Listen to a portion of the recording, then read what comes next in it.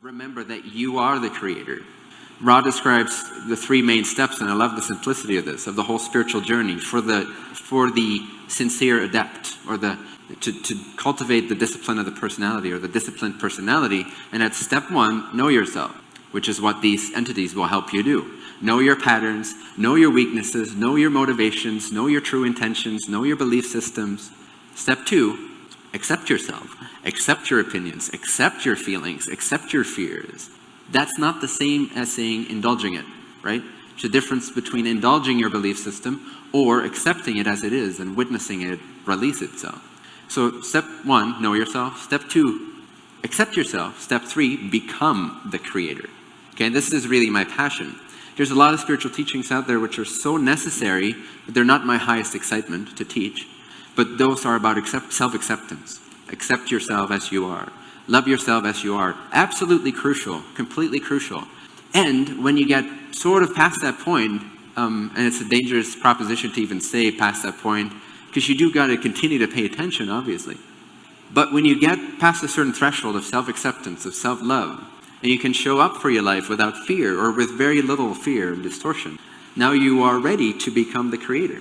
And this is really where the work of the adept begins. This is really where we're talking about meditation and penetrating the veil and really knowing who you are and applying your will in ways that are completely in alignment. Or even beyond that, dissolving individuality altogether. Start exploring the end of your individuality and merge with God. It's not necessarily a desire everyone has, but some people do have that. And the fearlessness that comes from that, to really become the creator, at a certain stage you need to dissolve your individuality, because as Ra says, still, we seek the lessons of seventh density, but still to this day, we are Ra. Meaning, there is still identity apart from the creator. Even though they know it's all unity and it's all inseparable, it is still filtered through a center of individuation. Now, you, even as a human being, third density active or yellow ray active, as Ra would describe it, you can gain awareness of these higher, super high density lessons and learnings, and they can be integrated while you're physical.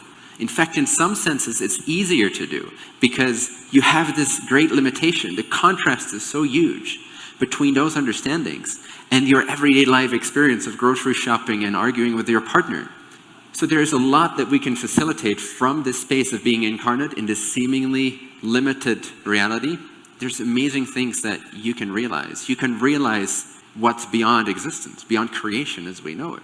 You can realize the one, or the absolute, as I call it, which would be eighth density, in my opinion, eighth density understanding. You can actually, even though Ra says they are still plumbing the mysteries of that, or they're still trying to grok that, you can already have direct realizations of these super high level states. And so that's part of my excitement, part of my passion, is to become the creator, have people experience more and more themselves as the creator, and less as this perceived body mind with its story and its narrative. Sure, that's all included and that's all accepted, and it plays a certain role. It can even be exciting, but to know yourself truly, and to know yourself not only as this, but also as the creator. I mean, it's crucial, and there is no bliss like it, because it's immortal, it's indestructible, it's fearless, it's loving, it's all-inclusive, it's beyond, it transcends. So when you start realizing that actually you're not the body, you're not the mind, you're not the person, those are all thoughts, and they weren't there when you were born. They were added onto you. How can you be anything added onto you? When you start to dive into and merge with this primordial, pre-linguistic existence, the purity of who you are, and you start to dissolve in that and dissolve in that and dissolve in that, you start to become that, become that, become that. So you become more vast, more eternal. And so you start realizing that truly, experientially, not just as a concept, like, yay, unity. No, actually, I experience you as myself. That all is the one infinite creator playing with itself. And then really what comes up is, why so serious? You know, start having fun with this cosmic play, because the positive and the negative, it's here for a reason. It's amazing. It's so much fun. Would you ever go to a James Bond movie without a villain, where he just sits around and has tea with his Bond girl? It wouldn't do very well at the box office, you know?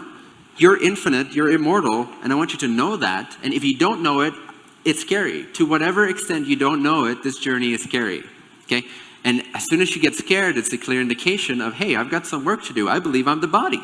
But do you want to really be limited to that? Just because you've assumed this for 30, 40, 50, 60, 70 years, or 84, at some point you want to loosen that up, right? You want to experience the Creator in your heart. You want to experience the undiluted infinite bliss of pure consciousness beyond body-mind assumption. Or maybe you don't, I don't know. But then it becomes more fun because you're not as afraid. You become less and less afraid.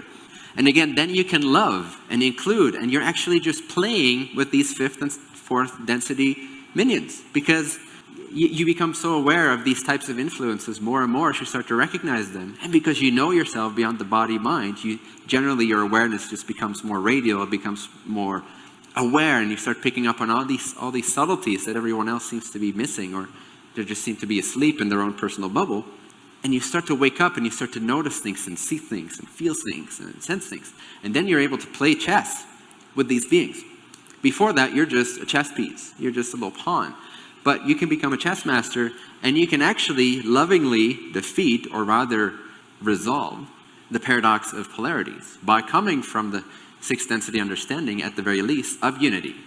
You know, as Ra says, I am of the vibration of, I'm paraphrasing, the vibration of unity. All paradoxes are resolved. All polarities have ended, have unified.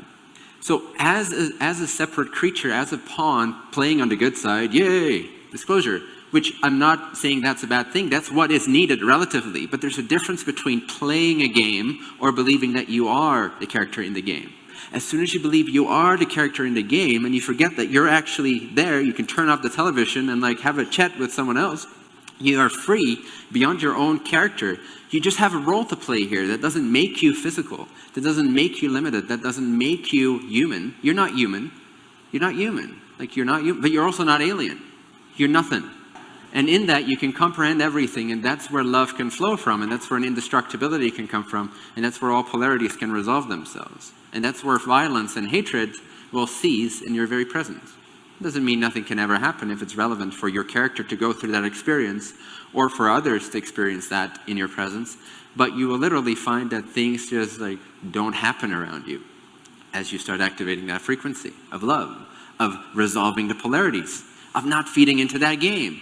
So this is a tricky balance, because how do we fight for disclosure without fighting? You know, how do we become Gandhis in this whole disclosure operation? I believe it is only possible through loosening up identification with the body, the mind, the person, the ego, the assumption of who you are. There's just no other way. Every piece of information you get is secondary to your nature, to who you are, to what you are. And so you'll be filtering that through whatever identification you have. And so the very identity of who you are needs to be explored.